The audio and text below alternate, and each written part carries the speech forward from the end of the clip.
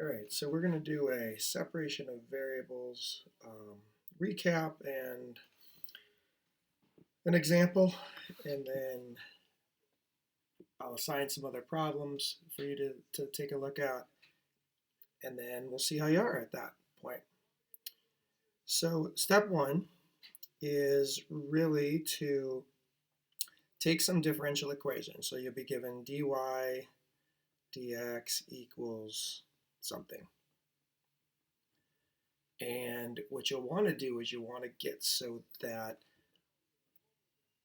all of the x variable stuff is on the right side of the equation and all the y variable stuff is on the left side of the equation. The only way I've ever seen AP set one up like this is only using multiplication and division to accomplish this. Very rarely, only book work that I've seen where there might be an addition or subtraction step. But truly, really, what happens is you're separating the variables with multiplication and division only. So if you find yourself adding and subtracting things from the left side to the right side in that first step, it's probably not the right thing. So you're going to get all the y's on the left and x's on the right. Once you've done that, you're really set up for that second step, which is to integrate both sides of the equation. So you're going to integrate the left side, you're going to integrate the right side, and you're going to do that with the normal rules of integration. You might have to use U substitution. There's only about 5, I think, rules that we have for integration, and so use one of those, and along with U substitution, and make sure you're following the rules that we have for integration. Step 3 is probably the easiest one. Just add a plus c to the right side primarily. You could add it to the left, but you'll just end up having to move it over later on. So adding it to the right side is probably the easiest, safest thing to do. The fourth step is to insert the given condition, is what it's called. So it's a given x and y coordinate. Sometimes it's given in function notation. Sometimes it's given in a sentence that would say something like, if x equals 4, y equals 7, or something like that. Oftentimes it's found in the body of the problem, the initial part of the problem. So you may have to search for it, but it is there somewhere. And so just make sure that you note that that's going to be used. And the last step, which is really the hardest step, is to really you find the C value, and then insert it into your equation,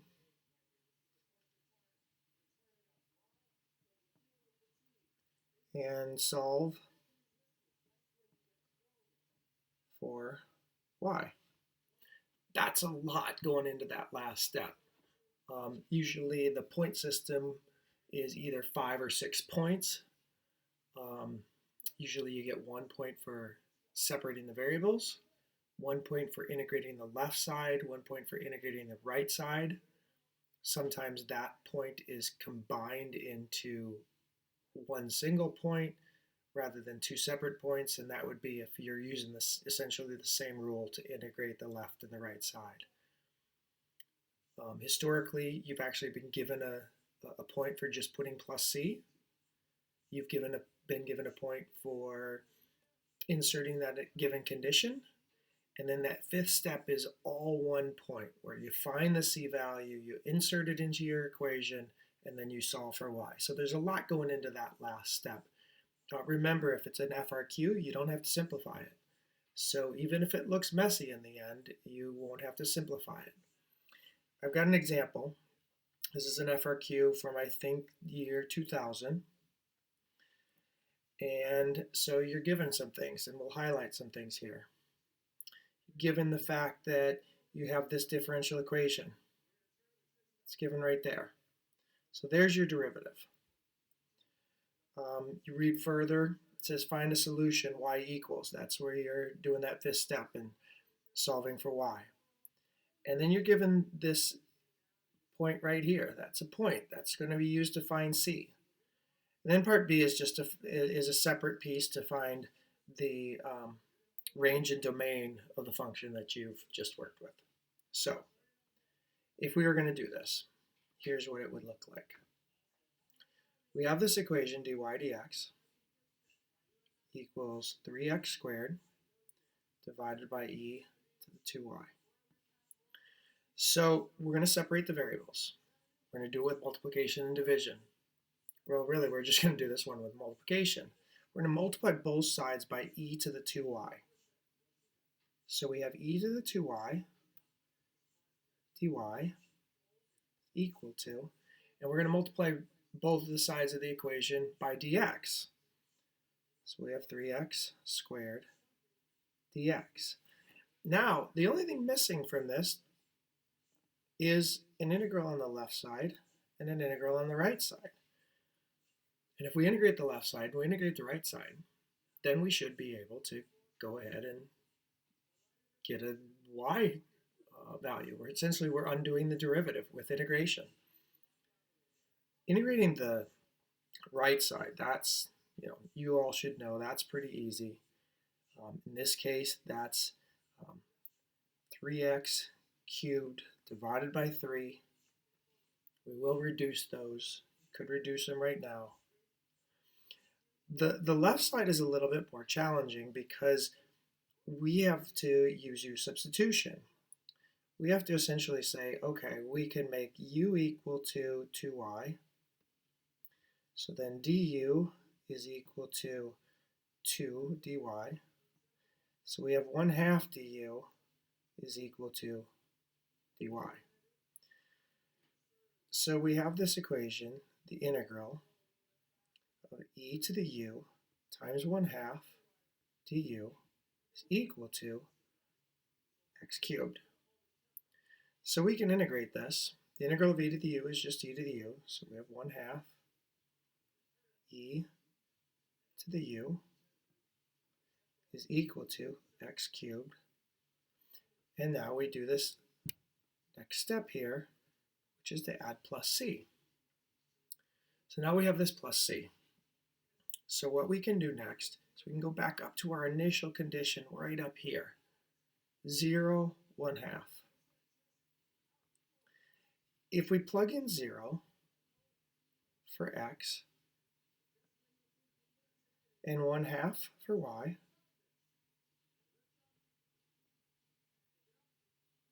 we would generate something that looks like this. At that point, we know c now is equal to e divided by 2. So now we're on to we're kind of in the middle of our fifth step. We now have this value, and we can take this value that we just found and insert it right back in there. And if we do that, we now have 1/2 e to the 2y is equal to x cubed plus e divided by 2. So we inserted it right in there. And then we have this new equation. This new equation is something we can solve for y. We can use algebra that you've been doing since about 7th grade to solve for y. we can multiply both sides by 2. If we multiply both sides by 2, we have e to the 2y is equal to 2x cubed plus e. Now, to get rid of that e, we're going to use the natural log. So 2y is equal to the natural log 2x cubed plus e. And then finally, we can multiply by 1/2, divide by 2, however you want to look at it. And we are left with that equation. That's y as a function of x. And that's the end result of that step A. So when you look back at the equation of what we were asked to do, so this was all step A, what we were asked to do is find a solution to the differential equation that satisfies the point 0, 1/2. We separated the variables, integrated the left side, integrated the right side, inserted that point that was given to us, found the actual value for C, and then plugged it in. Now, if you go back up to what was given to, what was asked to do in part B, let's just look at that just really quickly as well. Find the domain and the range for the function found in part A. So here's our function. And now we're looking at the domain and the range. If you just kind of make a side note to yourself, if you remember, the natural log function is a function that looks like this. The very generic natural log function looks like that. Looking at that, notice that the domain is positive values.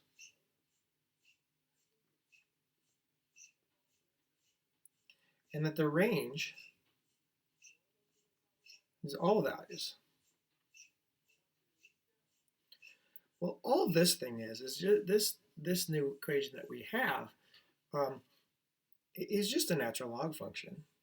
It just happens to be a one that has a 1/2 out in front, and it's maybe been moved around a little bit, but we could still consider this to be a natural log function. So if we take our equation, we know a couple things are true. The range is the easiest thing to think about. So for part B, the range is all real numbers. You could write it that way. You could write negative infinity to infinity.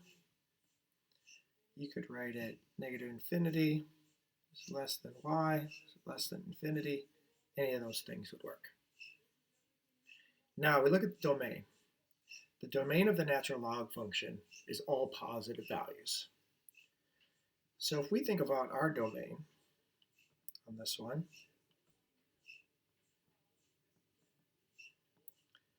our domain is going to be this part right here has to be positive.